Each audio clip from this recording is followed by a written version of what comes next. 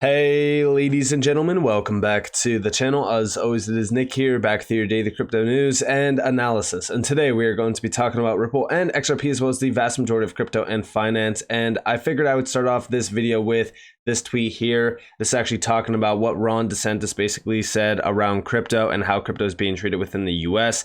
And I could not have said it better myself. So we actually do see this. We do see from Eleanor to Rep breaking Governor Ron DeSantis on how he would treat crypto if he becomes president. Now, again, we've seen these false promises when, people are running for president. I don't know if it's to cater to some people and a group of people, but for the most part, I don't really trust any of these individuals. I mean, listen, it's all politics. At the end of the day, I don't trust politics. I don't care about politics. I've said it many times in the past. I hope that he is saying the truth here because, what we have been seeing within the US around crypto has been an absolute joke. But we do see people in Washington don't like it because they don't control it, which I completely agree with it.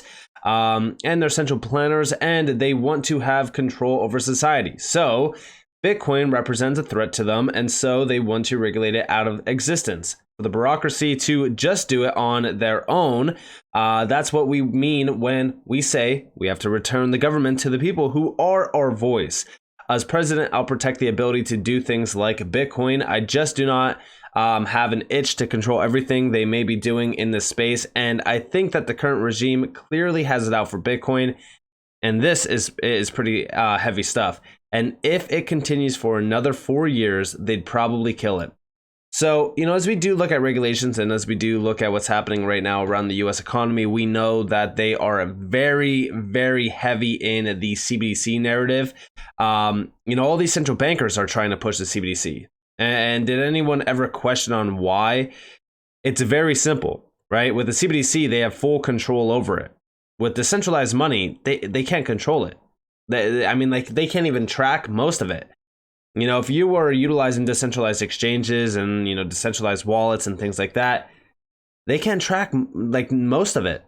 So that's why they want, a CBDC. That's why they want to, have full control over it, because they want to track everything. They want to trace everything. They want to be in control of everything.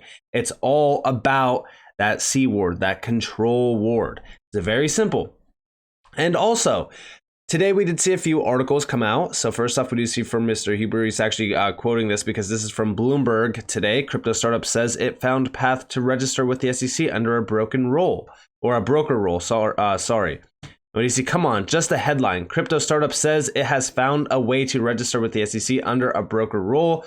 Shows that this is a search for the lost treasure. And a lot of people thought that this was like, oh, this is proof that the SEC is still doing very good by crypto, and they are allowing these companies to register with them and basically do business. But that's not the case. Like, for example, over here we do see we tried, but the darned SEC just wouldn't let any crypto companies register. And we do see down here Prometheum is the first legally registered digital asset broker dealer. The whole thesis of the company is that digital assets are securities, and the best way to regulate them is under the federal securities laws. And we do see Coinbase should take note. Again, as we do look at what's happening around this space, I think that a lot of people are kind of missing the big picture here. As we actually do see what's happening around Coinbase, and as we do look at what's happening around, regulations as well, I think that Coinbase is right on par with the same argument that we've been, looking at for a while around this space, which is the fact that the SEC doesn't want, to give any sort of leeway to any of these crypto companies. And they actually want to target a lot of these crypto companies and crypto projects and regulate the hell out of them. But I think that a few people are also kind of, right on the money with this. We do see down here from Dan Thurman over on Twitter. Headline tomorrow, crypto startup had a chat with Gary Gensler, came into SEC to register its token. Headline the following day, crypto startup says it has been sued by the SEC for securities violations.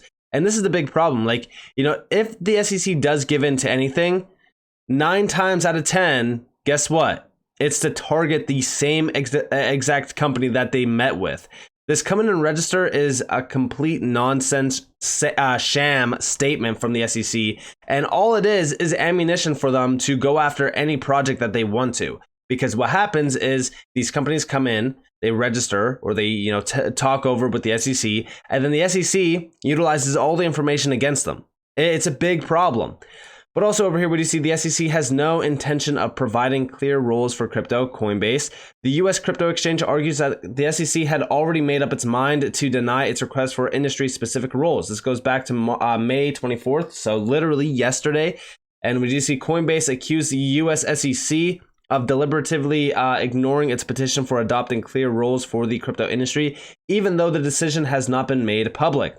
In its latest filing to the Third Circuit of the U.S. Court of Appeals, Coinbase also pointed to public comments previously made by the SEC Chair Gary Gensler, saying that the SEC's and its chair's words and actions leave no doubt of the agency's plans. Coinbase sent the SEC its so-called petition for rulemaking last July, asking the agency to propose and adopt rules for digital asset securities. The exchange also sought answers to 50 specific questions that would provide clarity and certainty regarding the regulatory treatment of digital asset securities. And yes, we didn't hear anything from the SEC. And, even today, the SEC doesn't want to answer any questions. We already know this. So this is a big argument that still continues to go on and on and on. It's only going to continue to go on, in my opinion. I don't think that we're going to have any clear, ideas around crypto rulemaking or regulations or any clarity around the space at all. I'd love to be wrong, but I doubt that we do. But a few other people have been speaking out. Mark Cuban actually just said that the SEC crypto attacks will be futile. I think that as we do look at what's happening around the world outside of the US, crypto is not slowing down. I do think that right now, currently, the SEC thinks that they are on the right side of history, or maybe they are just protecting the big bankers, like we said. We don't know, right? But all we know at the end of the day is outside of the US, crypto is thriving. It will continue to thrive. And I do think that the US will eventually have really no choice but to utilize crypto, or at least adopt a crypto framework and create one, which is the best case scenario. I think that we need to have a regulatory framework around crypto that is, working with crypto industry leaders. I think that as we do bring in a lot of these leaders like Brian Armstrong or Brad Garlinghouse or many other leaders from the space, to talk with these regulators and actually come to a decision on an actual clear regulatory path on a framework that allows crypto to not only thrive, but to innovate further, would be very beneficial. But I have a lot of doubts that will actually happen, just because we know the SEC, we know these, agencies within the US, but also even Congress spoke out, right? Recently, we did see more evidence that the SEC Chair Gary Gensler's regulation by enforcement regime is pushing digital assets overseas. Congress, not the SEC, must provide legislative clarity for the digital asset ecosystem so this innovation can thrive in American markets. Now, the big question here is, as we do step back, the big question is the fact that, are these agencies also going to be beneficial? Recently, we seen something come out. It was an article talking about the CFTC. For example, we do see over here, breaking US regulator says CFTC is not crypto friendly over the SEC. This is Christy Romero, one of 5 commissioners at the CFTC, said that crypto firms should not consider the agency as light touched than the SEC. I thought this was very interesting, to say the least, but it kind of makes sense. Like, listen, a lot of these agencies, I just don't think that they're going to be beneficial. I think that everyone's looking at Congress. I think everyone's looking at the CFTC, and they're saying, well, what kind of damage can they do that the SEC hasn't done already, right? But I think that the big deal here is the fact that everyone thought that Gary Gensler was going to be beneficial for crypto initially, right? Once he did take that chairman position, everyone was like, all right, well, we're going to have clear regulations around crypto. Guess what? For the last 2.5 years now, we have seen zero work done and a ton of regulatory enforcement actions done from Gary Gensler and the SEC in a negative way. So as we do look at this, like, I'm not looking at the CFTC, I'm not looking at Congress as being, the white knight around crypto. I think that all of these agencies are going to be very negative towards crypto. And I think that what we need to have is an agency specifically designed and developed for crypto. And I think that what we need is to decentralize that agency. Meaning, I think that we should have regulators, but I also think that we should have thought leaders from this space that are working with regulators in a very clear manner. That way we could have regulations that impose that crypto not only thrives within the US, but also, innovation is not stifled. I think that we need to have a clear framework that allows for certain things to be able to be done within crypto. I think that if we have the wrong type of regulations within the US, it could ultimately kill crypto even more than it is now in terms of these, regulations by enforcement actions that the SEC has been doing, which is also, slowly but surely killing crypto within the US and pushing it outside of the US. Now, also, we did see over here from Crypto Law US, Gary Gensler is adamant that the assault on crypto is protecting investors, but the reality feels more like a child's game, someone making up the rules as they go and changing them on a whim. And yes, this is the perfect way to actually look at this. You know what's wild about all of this is that if you go back in time and you actually look at the articles that were coming out around 2022, this one was so clear to me. Coinbase argues the SEC's XRP lawsuit caused $15 billion in losses for retail traders. Now, I've mentioned this many times in the past. I've talked about the $15 billion in damages done by the SEC. I actually think that this might be much larger than $15 billion. Again, a lot of this is just, it's guesstimation, right? They're just estimating the damages done. Think about all of the other damages done by the SEC. I mean, this is just XRP.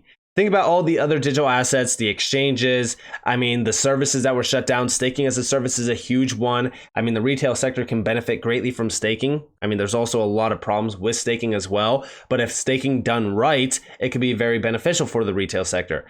I would argue that the damages done are much larger than $15 billion. Maybe I'm wrong. What do you guys think? Comment down below what you guys think. But to me personally, I think that's much larger than $15 billion. And as we do look at what's happening around Gary Gensler and the SEC, we know that this is an agency that is not beneficial at all to the space. And I've said it time and time again that I just don't trust any of these government agencies to be working on crypto specifically. I don't trust the CFTC. I don't trust Congress. There's a few great congressmen out there that are very pro crypto, but there's also a lot of congressmen that are negative for the space. We've actually talked about Brad Sherman. Brad Sherman is one. He's absolutely terrible for crypto. He's an individual that loves the fiat dollar. He loves the traditional banking sector. And why wouldn't he, right? Bankers are paying him off left and right. They're, donating tons of money to him. So as we do look at what's happening here, if you are a government agency, you could be corrupted. That's how I look at it. Because, what we see in the US is corruption, and it runs deep. And I do think that all of these agencies, no matter the size, no matter the, the power behind them, they're all corrupt. And they could easily be corrupted by the big bankers and the, Wall Street players.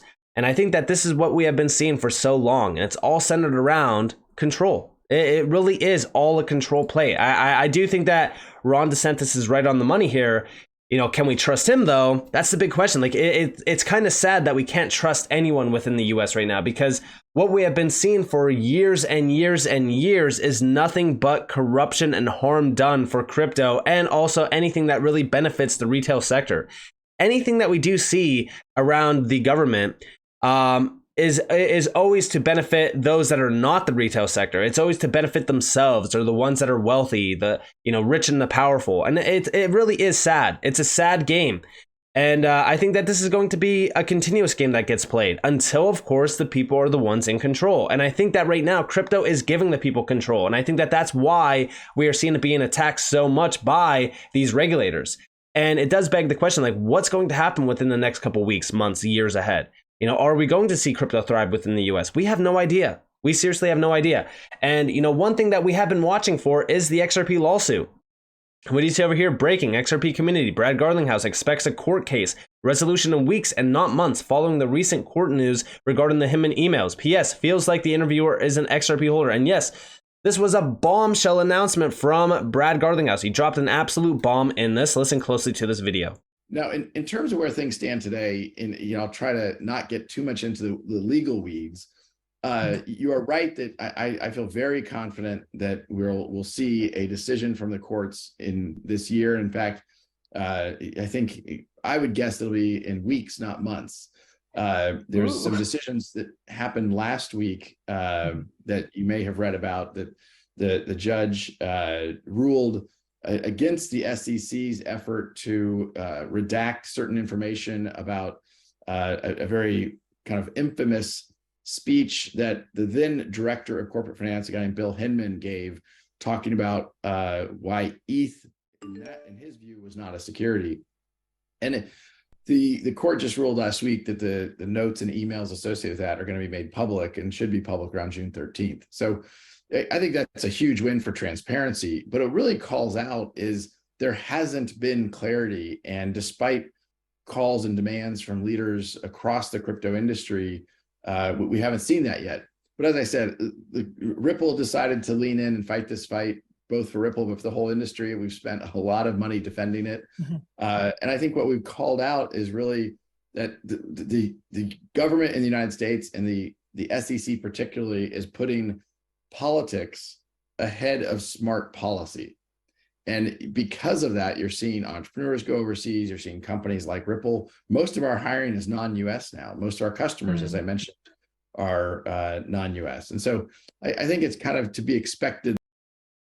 So yeah, I mean, like, this was a huge, bomb that got dropped. But do I keep these dates on hand? Do I mark them on my calendars? Do I wait for these dates to arise? No, I don't. I think for the longest time, what we have learned in the past couple years is the fact that we shouldn't be waiting for these dates, because most of them, they don't happen. We don't see anything happen within these, timeframes. But, if we finally get this, if we finally have this done in weeks, then this is going to be very, very big. And I do think that, these Hinman emails, they definitely are, a big key. I think that they are a big key to the puzzle, and it could ultimately unlock a lot of locks that, have been locked for a while, and it could open up a massive storm for the SEC to deal with. And I think that that will be very beneficial for all XRP holders out there, and also for Ripple, the company. I think that this is going to be great. I think that the entire crypto industry can benefit from seeing these Hinman emails, because what we will see is the SEC really not being suitable for the job. So with that being said, I hope that you guys enjoyed this video. If you guys did, definitely leave a like, subscribe, turn notifications on because more free content. You guys are more than welcome to follow me on Twitter and join free Discord down in the description below. So it's up to you all. Have a beautiful day or beautiful night. Wherever you guys are on this beautiful world. It's been Nick. Peace out, guys.